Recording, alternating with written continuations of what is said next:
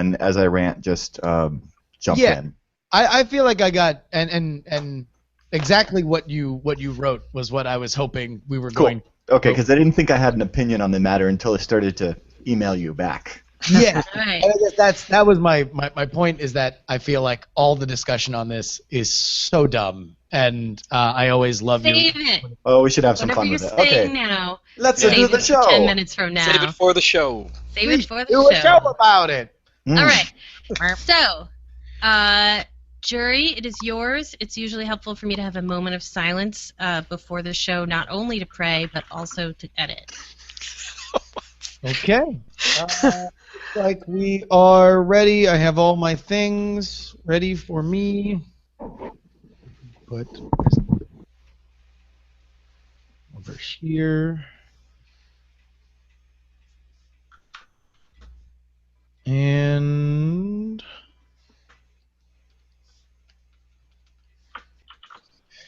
okay. I think we are ready to roll. Let me just make sure this sounds good.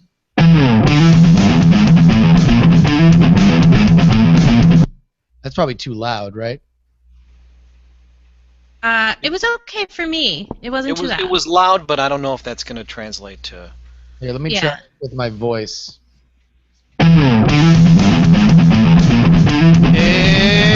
It's the Daily Tech News Show with some other stuff and people. Yeah, that sounded good. Is that good? I feel like every time you do that, I have to sit down and see if I get a cake or a chair. All right. All right, good. Let's start this baby. Okay. And we're pausing.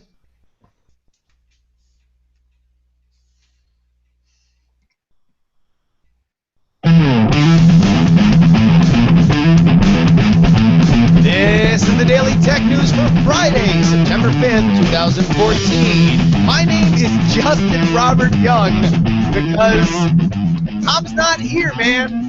He's out living that abbondanza life out there in Italy, but we're going to do our best to fill you in on all the news that needs to be talked about. And it wouldn't be Friday if we didn't have the normal Daily Tech News Show Friday compatriot Darren Kitchen here. How you doing? Hey, cheers. Keeping it liquid. Yeah, keeping it about as liquid as we're going to be able to do. And you need to hydrate, Darren, because I feel like we are in store for a world-class rant. This might be some hacking. Thank you for bringing the beard, by the way. Oh, I do Tom's honor. If we're going to be without Tom, we're going to go double beard. Speaking of the illustrative quality that we bring for you on this show, we have none other than Len Peralta, of course, drawing stories on Fridays. How you doing, Len?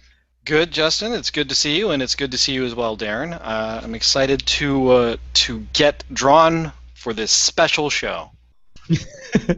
It is a special moment, yes. It is. It is. I feel like we're all going to have a group moment here, and it will begin with the headlines.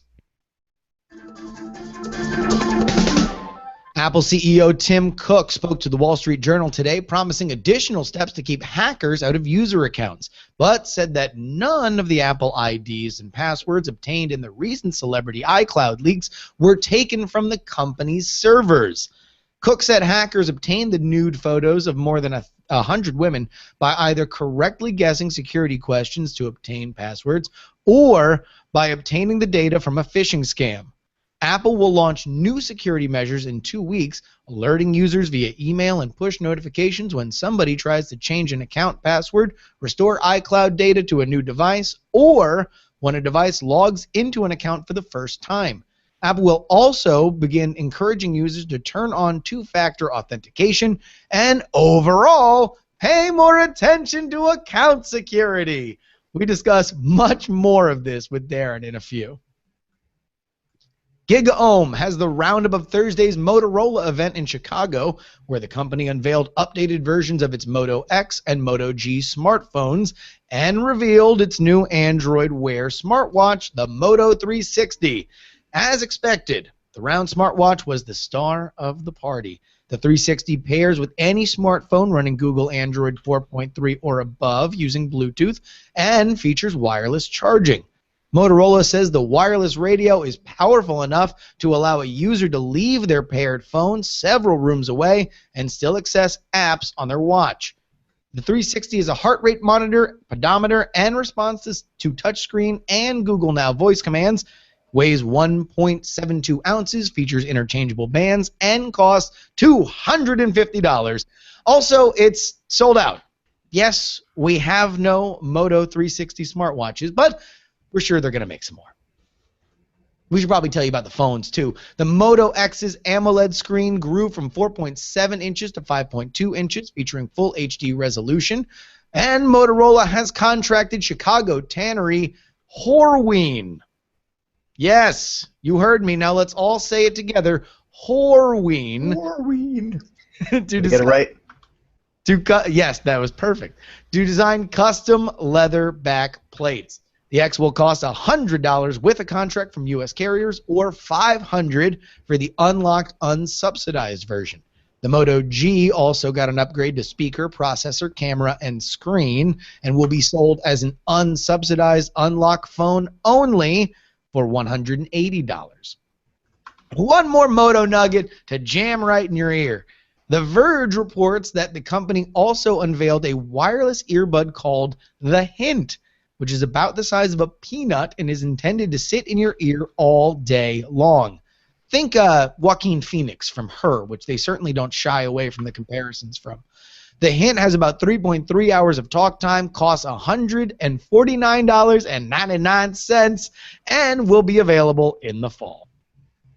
Reuters reports that an unknown hacker or hacker group broke into a test server supporting the U.S. healthcare.gov site and uploaded malicious files. The first intrusion occurred on July 8th when malware designed to launch DDoS attacks were uploaded. Healthcare officials told Congress no personal data was stolen.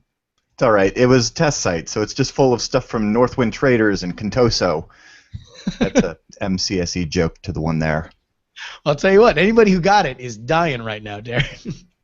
Hoping to find Dota 2 sharing the same schedule as Monday Night Football and Sports Center?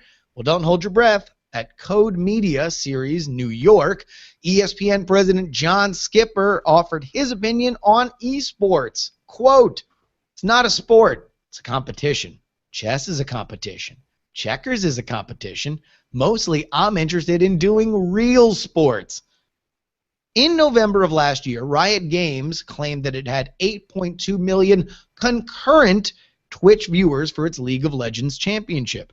Not to compare chip stacks or anything, but ESPN reported a record 1.23 million total viewers for its live broadcast of the 2013 World Series of Poker final table, which, just by my estimation, seems a little bit more in Skipper's definition of a competition as opposed to a sport. No, dude, it's a sport. If your avatar is like rocket jumping across a gorge in Quake 3, that's a sport. There's running involved for your avatar. I think money is your key note there, because if there is money in showing for a certain demographic these kind of things, then they will show up on ESPN, as we saw with poker.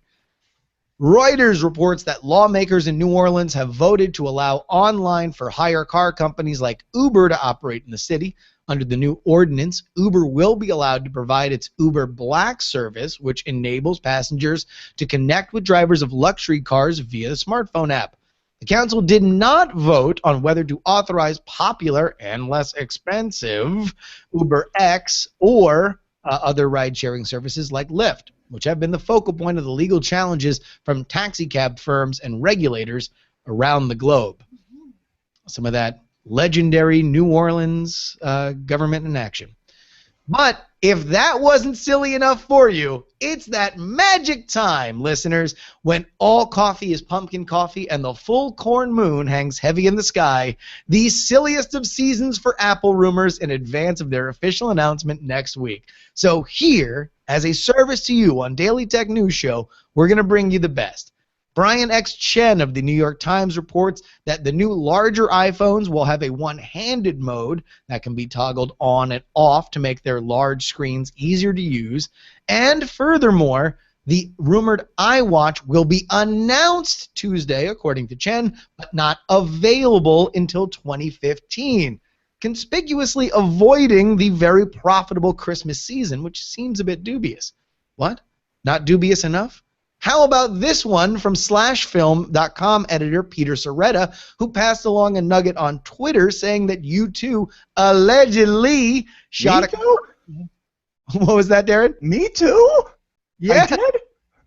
Allegedly shot a commercial for an unnamed new Apple product in Ireland with legendary music video director Mark Romanek.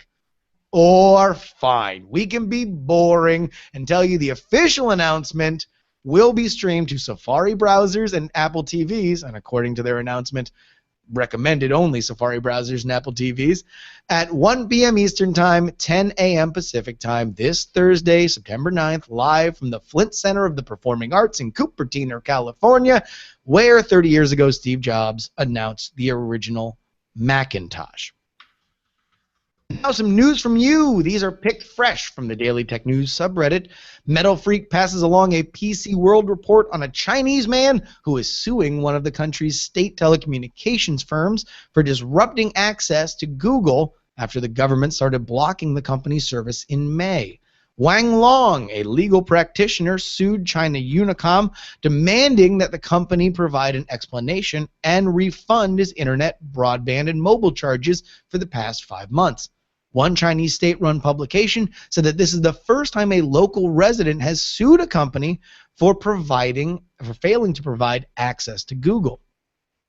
PT Revothan, who I'm surely mispronouncing, shares a TechCrunch report about a new Google indoor mapping backpack, which is not at all ominously named the Cartographer.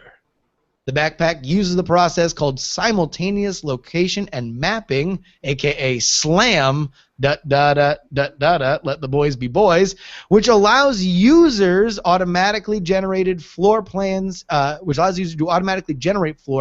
in real time, while using the tablet to map points of interest. Can I just say, this is the first technology that needs to be implemented on swarms of drones as they like map out buildings as they go, and that'll just be awesome at Epic. Just put a drone on it.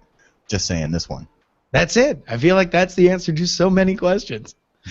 And finally, Ancrod 2 has a Gizmodo report about the latest wearable technology. Hint, it ain't a watch. Researchers at Hong Kong Polytechnic have created fabric circuit boards. That's fabric woven out of a mixture of copper and elastic threads using computerized knitting technologies.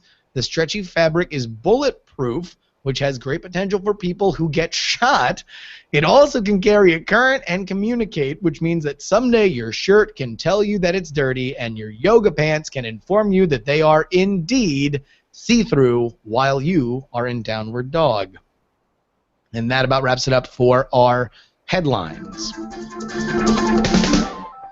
Real quick plug of the day, the Sword and Laser Anthology collects 20 amazing stories from new writers in the Sword and Laser Book Club audience. That's 10 sci-fi, 10 fantasy stories, written and an introduction by name of the wunderkind, Patrick Rothfuss himself. Get a copy at swordandlaser.com/store. Darren, I sent you an email today. We were figuring out what we were going to do for the discussion segment, and since you have not been on since this whole Apple naked photos kerfuffle broke out, I figured the audience deserved your point of view. You started off the email saying, I'm sick of this story and I have nothing to say about it, and then went for another 1,400 words. So let's just go ahead, and what we want to do here is, I think probably the more relevant issues to talk about are the cultural ones, but we're going to draw a circle around the technology element of this story, and specifically Tim Cook's announcement. So I give to you, what is the corporate responsibility for security in situations like this? Oh, man. The corporate responsibility is just such a balance, right? Because we're talking about internet companies whose primary goal it is to make money for the shareholders. And so while services could be more secure, in practice, they would be a lot less convenient, and no manufacturer, no service provider wants to have the unuser-friendly interface, and because that could cost a ton in market share, and then you get that stigma of it's hard to use. So as the internet, as computers become appliances, these things need to be simple, and frankly, security is not simple.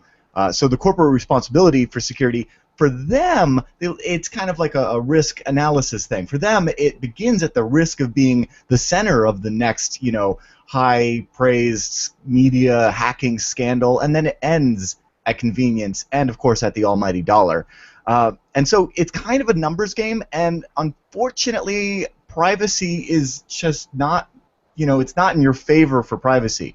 I mean, there's, technologically speaking, there's no reason why 90% of the quote-unquote hacking scandals that we've seen in the last, a couple of years could not be completely eradicated. I mean, there's, in fact, cryptographic means for services like Facebook to actually run their service without even knowing themselves what you post to your Facebook wall. Only you and your friends could know. The same technology could empower Google to offer a service where they don't even know what's in your Gmail, or Instagram wouldn't even be able to know what photo you uploaded, just you and your friends. But then how would you monetize that? And who? You have a very, very good point. So what is the difference between a company like Apple, which has made a lot of bones and publicly crowed about the fact that we are not trying to monetize who you are, we are charging you for these services up front, and we want you to buy our hardware and therefore use our cloud services, and free solutions like Facebook and Google, who are very upfront about the idea that we do not make money unless we know who you are and can sell that information to advertisers? Should we expect more from Apple in this? Mm-hmm.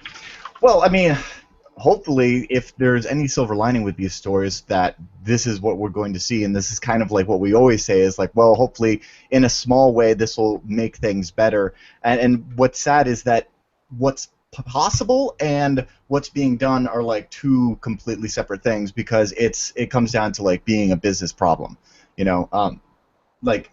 These services, they need to be able to monetize. They want to, like Apple, for instance, wants you get you into their cloud services so that you'll continue buying Apple products, because again, it's just really convenient that it backs up everything. And but at the end of the day, there's not a lot of pressure for companies to set up this kind of security, because who's going to figure out how to securely set up all of the crypto keys and distribute them and keep track of them, and then not to mention the fact that it's so much more expensive as far as the computing resources to offer a secure service. So while secure services do exist, like Diaspora or Friendica and decentralized cloud services of that nature, mostly when we talk about the cloud, we're talking about the major kingdoms, the Apples and the Googles and the Facebooks of the world. And honestly, just it's that the economics for it aren't in your favor of your privacy. I presume that part of the reason why you initially did not want to talk about this is because of the coverage around it, which has frustrated me. And if it's frustrating me, I assume it is driving you up a wall. What are some of the things that you've seen that completely have you worked your last nerve with this story? Sure. Well, first of all, this story is one of those that just touches on a lot of human emotion, as we are all sexual creatures, as we all are a bit narcissistic to some degree, and that the internet brings that out. A couple of things that drive me crazy is the idea that there is somehow shame in women taking nude selfies, or men for that matter, and if you believe that, then you're honestly part of the problem, because women are empowered, pants-wearing, voting sexual people, and not just FAP JPEGs. The other thing that kind of ticks me off is the idea that, the hackers, right? There's a phrase, I loathe to use it, but it's kind of apt in this sense, and that is, hackers gonna hack, right? So just shake the hackers off, right? I wish the hackers would get the credit for the awesome that we do by doing things like building censorship-resistant networks and free speech empowering networks like Tor and things of that nature, and not just a label to be used anytime, you know, a hacking technique is used. You know, that's like calling everyone who uses a computer a system operator. You know, we don't do that. So Well, I'm just... It's like, you know, every time there's a good horror movie, they call it suspense, right? You know, it's just anytime that there is some amazing technological advancement, we call it, you know, entrepreneurship or development or something like that. And anytime it's negative, it's look at all those crazy hackers doing hacker things. Right, and then on the other side of the coin, you've got the celebrities, which, I mean, I get it, right? In the popularity contest that is life, you know, celebrities and other public figures are going to be a more high-value target, if you will. Honestly, I'm so counterculture, haven't seen anything produced by mainstream media in the last 5 years. I didn't even know who most of these people were until this story broke. But what bearing does that have on the popularity of a person or their celebrity? What bearing does that have on their, you know, the responsibility for their security and privacy online? I mean, we should all be taking this just as seriously. And the media is, I mean, most media are just hypocrites, right? I mean, we're seeing the same media outlets. They have no idea what they're talking about. Well, I mean, it's the same media outlets that objectify women, whether on the red carpet or whatever have you with the paparazzi, are the same ones that are just like, hey, this is a great way, because these stories prey on our insecurities and our instinct to blame, and they drive click-throughs for ad dollars.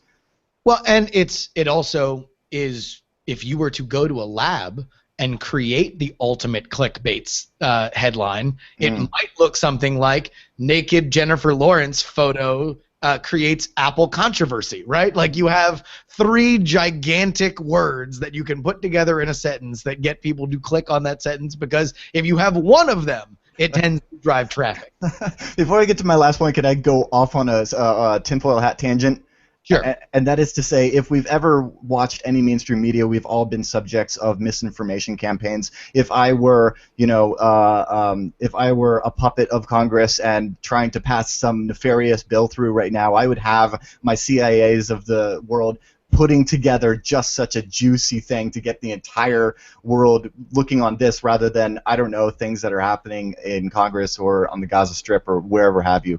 But that's pretty much tinfoil hat. I think, to me, there's two things that are the most interesting here. First of all, society, and second of all, the technology. Society-wise, because, like as I said, in this sad state of affairs with the kingdoms that are the Facebooks and Twitters and Instagrams, and them holding the power when it comes to your security, because you're just you get, you know, the check boxes that they offer you. It's kind of a sad state of affairs, because if you want to be, say, you're a celebrity, you're kind of expected to Facebook, you're expected to Twitter and Instagram, and not just celebrities, we all are, right? The internet has changed society, and so what I just feel like you can't not be a part of it unless you don't want to be a part of society, and then, you know, to protect your privacy, what are you going to do, like opt out? I mean, yeah, sure, like I said, there's things like Diaspora and Friendica, but how many friends do you have on those services? And so today it's like you either live with the service online. Shelter.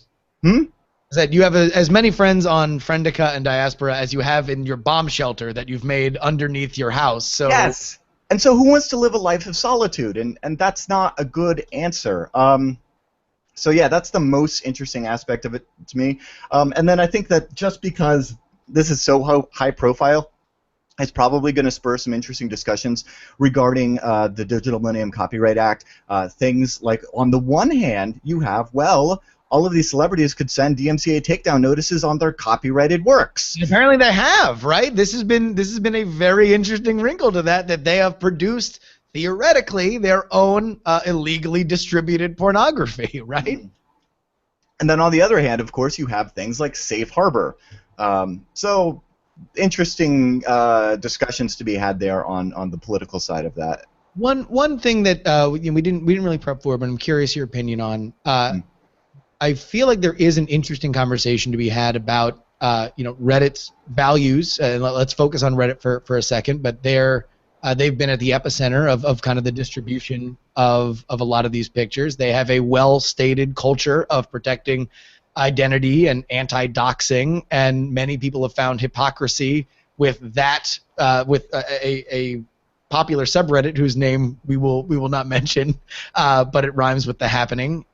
They have all these links to these photos, which is certainly a violation of privacy against the will of the people that took them, while side by side with anybody who posts information on the leakers will have their post automatically deleted. Do you find that hypocritical?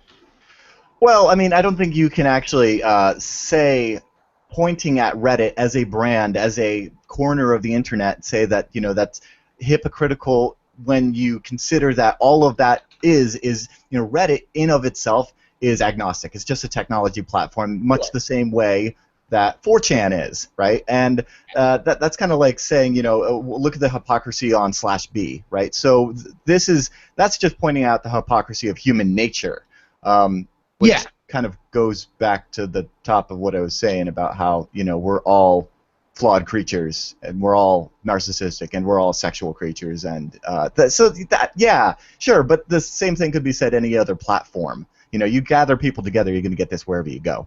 Well, I think that there is something very important, though, to the idea of anonymity. It is a cornerstone of the internet. I feel that it hurts that argument when you you come into these contradictions. And let's not say Reddit, because I totally agree with you that somebody brought up in the chat room here that there's a now kind of infamous CNN clip of them, two people, of trained professional broadcast journalists, which is kind of, anybody who looks to broadcast journalism for real analysis is kind of silly in my opinion, but discussing who is this 4chan guy and when can we bring him to justice. So I don't want to say Reddit does it. And let's just draw a circle around the moderators of this one board that has kind of become very, very well trafficked. I feel that it does hurt the larger, very important argument for protecting anonymity when we get into these border skirmishes of silliness. And I think it hurts this larger concept. Well, yes, and I think that that's just part of the double-edged sword that is anonymity. See, on the one hand, you're right. Anonymity allows you to be a jackass without any repercussions. Likewise, anonymity may be, and especially the internet as it is kind of like a unifying place where we can all be, you know, equal, or at least in theory, that you can actually be yourself without fear of prejudice from your government. You know, you can talk about your, you know, transgender or your political views, or you can start a revolution, right? And that's something that you can't necessarily do without anonymity. So it's a double-edged sword. And yeah, it's if Reddit wasn't anonymous, then the next place would be. So I think this is certainly something where I wanted to talk to you because I feel like all the important technological stuff is something that I've heard you talk about on this show a million times, and you could probably replay a lot of your opinions on it between this and Hack 5 and get a full idea of what you were going to say. But it's important to hear now, while we have just this clickbait, a tree shredder of nonsense that kind of swirls around a story like this, where it's just people copy and pasting Wikipedia definitions of what the cloud is and calling it news and analysis. But thank you very, very much, Darren. Thank you. The TLDR is security, convenience. That's it. And for the audio listeners, convenience will always win. Well, let's go ahead and take a look at the calendar. Tomorrow, September 6th through the 7th, is the TechCrunch Disrupt Hackathon in San Francisco. And then September 7th through the 12th, the NEWCO opens its doors in San Francisco to allow executives, entrepreneurs, investors, and future influencers to get a look at the innovative new startups. So basically, it's every single day in San Francisco and Silicon Valley, except at a conference. The pick of the day is What If by Randall Monroe via Preston. Preston writes, I just wanted to throw in a pick of the day for Randall Monroe's new book, What If. Although I haven't read it yet, I have read all of his entries on his site, what-if.xkcd.com. Again, if you don't know, Randall Monroe, of course, writes the hugely popular and influential XKCD webcomic. And I really enjoyed them all. Randall tackles absurd hypothetical questions such as, what if there was a robot apocalypse? How long would humanity last? And has humanity produced enough paint to cover the entire land of the Earth? Using science, logic, and humor. Ever wonder if you could lift yourself into the air with guns, Yosemite Sam style? The answer is in there. And also, the answer is yes. But don't try it at home. You can go ahead and find What If Scientific Hypothetical Questions at Amazon, and I am also looking very much forward to reading that collection. Send your picks to feedback@dailytechnewsshow.com, or you can find Tom's picks at dailytechnewsshow.com/picks. And finally, let's move on to the messages of the day. Jamie Brand writes in about our RDO discussion yesterday. You mentioned in episode 2315 about the music industry's quest to make money in the age of online streaming. Personally, I think the age of artists profiting from music sales are already behind us. Royalties from streaming services are going to be negligible at best, and people are not going to be buying MP3s in the iTunes store as these streaming services become more and more prominent. I think artists are going to be making their money through endorsements, touring, and merchandise. With Lady Gaga earbuds or Dr. Dre iPod docks. Artists are going to be collecting exposure and popularity through various streaming services and turning those into profits through their endorsement deals, not to mention increased ticket prices at their live shows. Personally, I think they're going to make a killing, and some already have in this regard. There's certainly an argument to be made there, Jamie.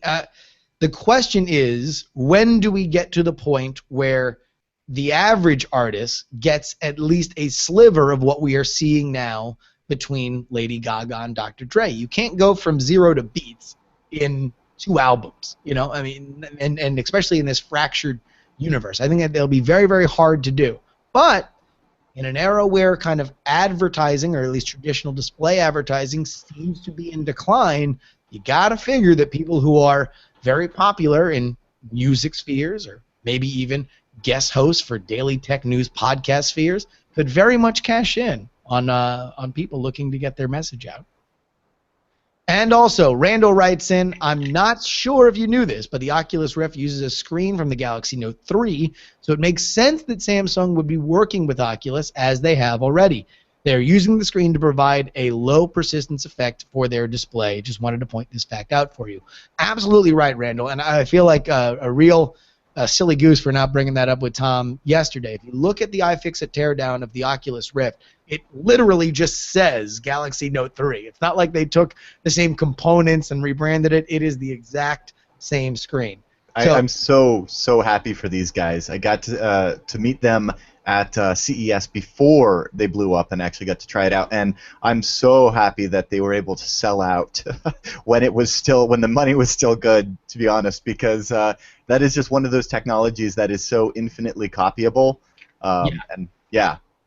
Darren, you really need to go down there. They have these VRLA meetups monthly down in Los Angeles. You got to head down there because you would dig it the most. It is nice. An amazing scene for what just random in their garage devs are doing with this kind of stuff. And as soon as the DK2 becomes the operating platform of choice as opposed to the DK1, I feel like there's just going to be more and more amazing, DK1. awesome.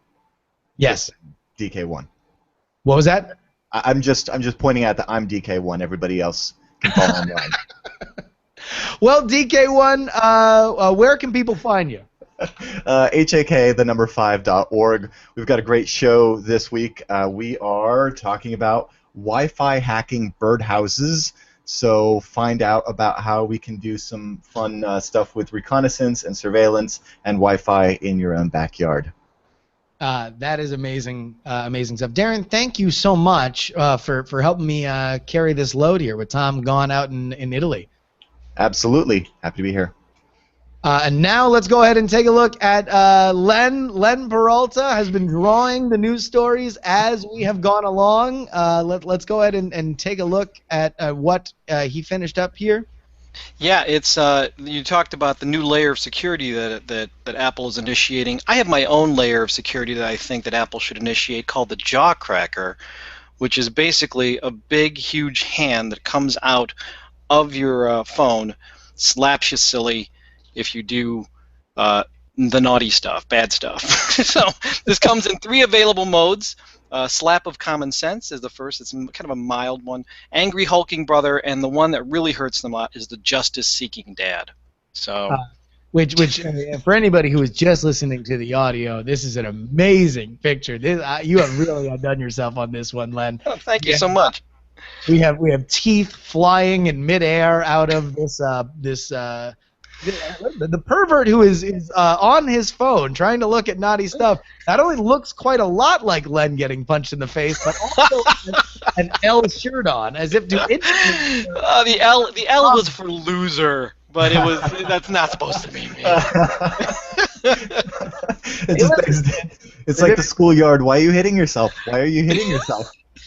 Come on, Len. Why are you hitting yourself? Len, where can people get this print at? Well, they can go check it out at lenperaltastore.com. And I also want to mention, coming back from Dragon Con, I was on a panel with you, Jury, and Veronica and Tom about crowdsource funding. Done Kickstarters in the past. I just launched a new Patreon. Check it out for my speed drawing videos. If you go there, just search Patreon/Len. Go ahead and support one of the best in the business at internet art. Thanks again, Len, for helping me not make this a complete mockery of the institution that is Daily Tech News Show. It was wonderful. Thank you so much, Justin, for having me. And, of course, a huge thanks to all 4,258 patrons that support this show. And thanks to all the patrons for supporting all the shows. If you would like to donate, go ahead on over to dailytechnewsshow.com/donate.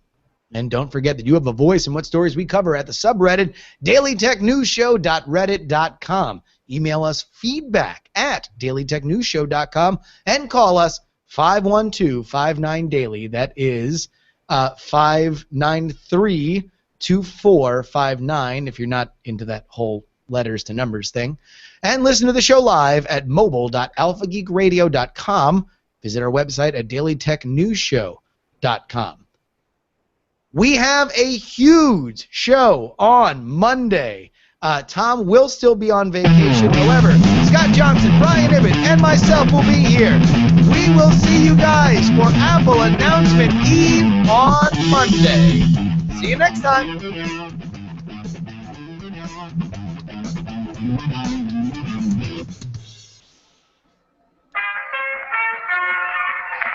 podcast is part of the Frog Pants Studios Network. For more information about this and other shows, visit frogpants.com. Audio program so good, it's like you're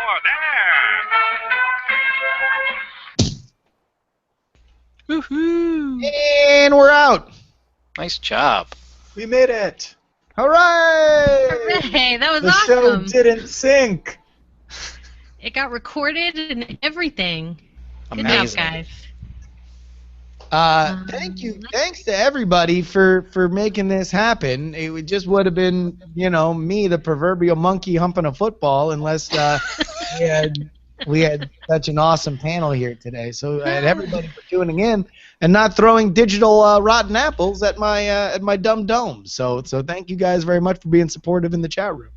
Give the digital yes, rotten you guys apples did- to Tim Cook.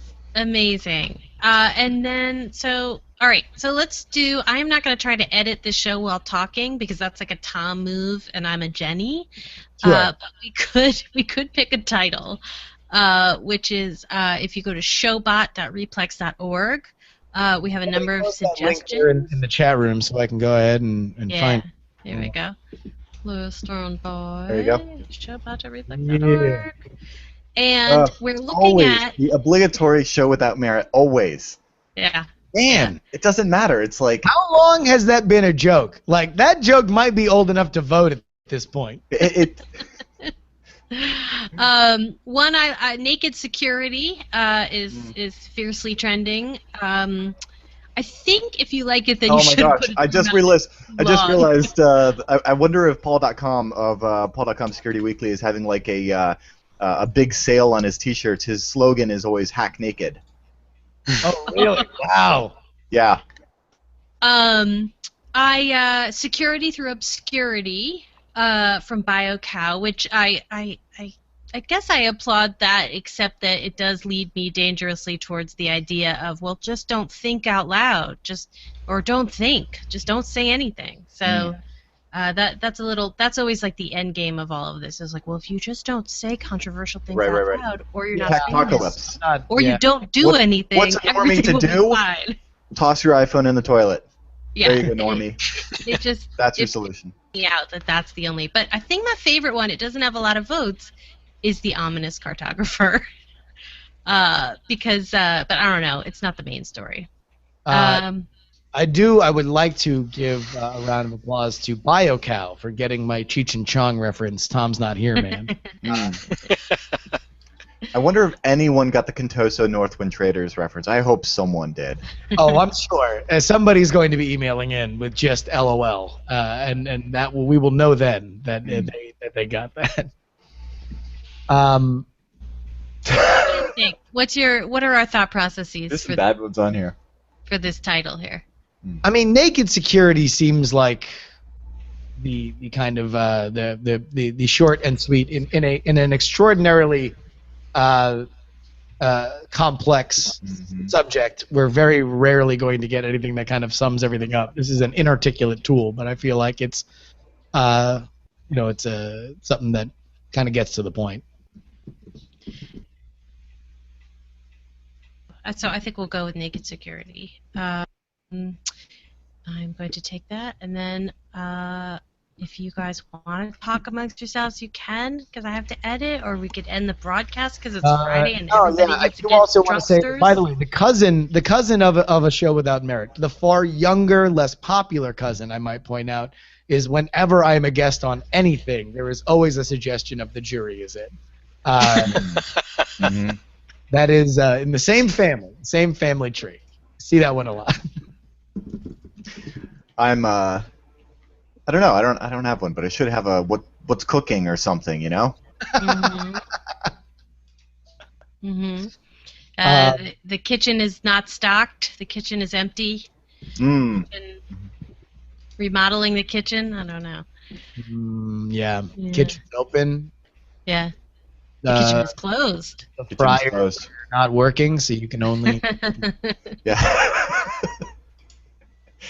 Put on an apron and stay in the kitchen? I don't know. Oh, yeah. Yeah. All right. So I think if we all want to bid the week a farewell and adieu. Goodbye week. Indeed. Thank you, everybody, for coming in and showing up. I know how much, whenever I listen to anything daily, you always create a huge relationship with the hosts and everything. So I know it's jarring and weird to have somebody other than Tom talking, especially because this isn't like TNT was, where there were other regular co-hosts. So thank you guys for having me and dealing with me. All right. Yay. Len, have a good weekend. I hope you're going to enjoy some spaghetti or some such. No, actually, tonight it's chicken adobo. What the fresh heck? That's Filipino food, man. We're doing it. That sounds fun. Going to lunch for dinner. And Darren, try not to end the universe before Monday. Just do me a favor. Okay. Don't hack the universe into obscurity. All right. Goodbye, everybody. Thank you very much. Thank you. See you later. Bye. All right. We're stopping. We're still on Alpha Geek Radio.